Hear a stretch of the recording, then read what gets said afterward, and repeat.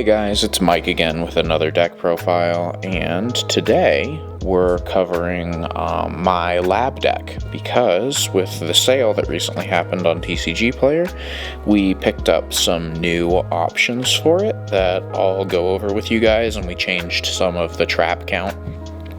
I know in my previous iterations of this deck, people had recommended that we drop the Dogmatica engine because it's not as good right now. And while I would say if you like this deck, you probably should have the Dogmatica engine, because and by that I mean Dogmatica Punishment and the related extra deck cards, because it could be good again. We're not running it right now, but it's safely in my binder in case it ends up being good again, which I'm sure it will at some point in the future. So to start out, pretty standard with your ladies, you're on 1 Lovely, 2 Lady Labs. I've debated on going up to 3, mostly because I like her, rather than for practical reasons, and Lovely's kind of a brick, so you just play the one of, because you do not want to draw her. She's really hard to actually get on your board sometimes. And then the other Labyrinth creatures are 3 Ariana, 3 Torby, 3 Chandragleer, and 2 Ku-Klok. Now, what some of you might have noticed is I'm currently not playing the Butler. I think the Butler is a fine option, but until we get transaction rollback in whichever set that's going to be, I think it's in January, she's a decent option, but she is not required. If you want to run her, I would say probably in some number, maybe 1 or 2, and I'd probably end up cutting a Ku-Klok and playing her instead of the second Ku-Klok. But if you don't have her, she's really not required until we have transaction rollback. And then the final creatures, which aren't really creatures, 3 Ash, 3 Nibiru.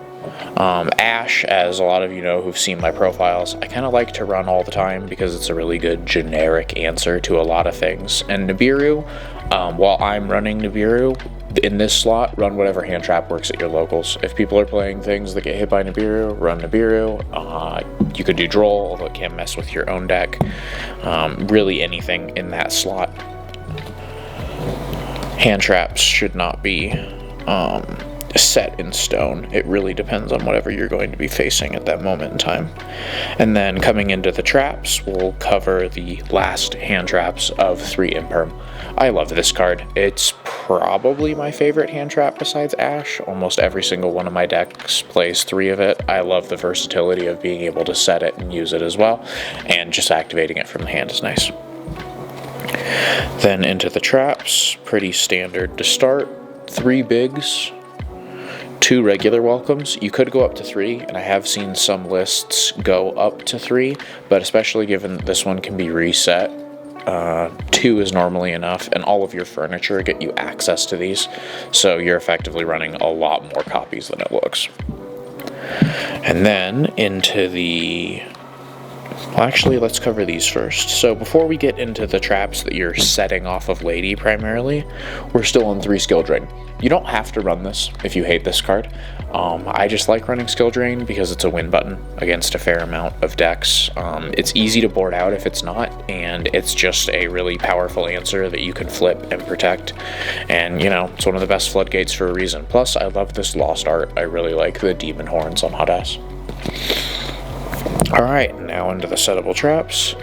2 Karma Cannon, really good board wipe. I'm probably going to end up boarding some of them in my Sky Striker lists, because I've seen that a lot in some boards for Sky Striker, and it seems like a really powerful answer, especially when I borrow Jay's Thrusts.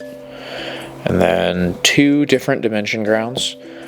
This, kind of like what I was talking with Nibiru, if you have a lot of decks at your locals that this hurts, run it. If you don't, maybe find something else. It's a good card. It's just, again, how effective is it for the people you're playing against on a weekly basis? And then Terrors of the Underroot and Ice Dragon's Prison. I have swapped to this from Punishment because Ice Dragon's Prison is just better at the moment. Plus, it lets me run more interesting extra deck monsters and not have to be locked into running extra deck monsters for the sole purpose of throwing to Punishment. Not that I mind that, but it is an interesting way to play the deck.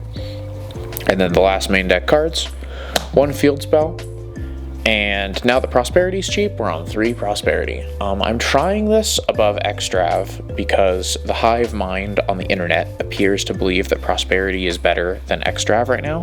I had always heard that Xtrav was better in furniture because of card quantity rather than quality, because you're discarding all the time to get your furniture activations.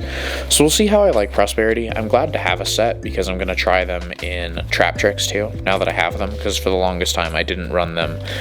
Partially because I didn't want to buy them, and also because I thought if Trap Tricks is already a budget deck, having budget deck profiles that are just not running cards like this when it was $50 are relevant for the community. Alright, and then let's get into my extra deck. Lingaribo. I know he's for Ilby. If there's another use for him that I'm unaware of, let me know, but I know primarily the use is for Ilby. 3 Muckraker, getting your Fiends back is really good. Dark. Yeah, it's Dark. He's really good. He buys back Dark Monsters from your opponent's graveyard. Almost everyone is playing Dark Monsters. And I love the introduction of the Nightmare monsters. I had forgotten they were Fiends until I saw them in an extra deck, and I was like, oh, so when you get Fiend locked, you still have these as a valuable tool. And speaking of Fiend lock, we're going to get into another thing that's really cool about that in a minute. And then to round out the Link monsters, Goddess. Goddess is great. I feel like if you don't have something like a Kaiju in your sideboard, you should probably always have Goddess just to deal with towers, especially with Pearly, however you say it, being really popular. And then we're only playing 2 Synchros. We're on a Singleton Chaos Angel. One nice part about playing Pod is I don't have to run 2 or 3 of this anymore. And Punisher. He's just a good win con. I had debated playing Zeus in his slot too. Let me know what you think in the comments about whether he's better or whether you should run Zeus in Lab.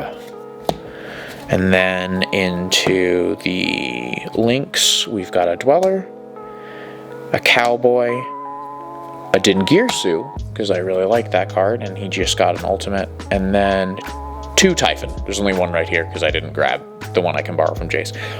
Also, bear in mind, I didn't notice. I just assumed he'd have the same typing as Zeus. Typhon is a Fiend, so you can also summon him under Fiend Lock, which makes sense why I'd want to play 2 of him, because you can just play him under Fiend Lock. And then Abyss Dweller stops Graveyard, Cowboy for game, and if Konami doesn't like that, they should fix their time rules. And Dingirsu, I just think he's cool. The other options I've seen that I'm probably going to try is some elements of the Unchained engine. I don't think I'd run the whole Unchained engine, but I've seen A-Bomb in some of these extra decks, and that seems like it could be an interesting option. So, yeah, and then, oh, I forgot a question again. You know what, since I've got them out, what's your favorite XYZ monster? Mine is probably Alamaris, but for usage, it's probably Zeus. Just because Zeus goes into so many things, and he's just a really powerful answer. So, yeah, let us know what you think about that question in the comments, and have a good one, guys.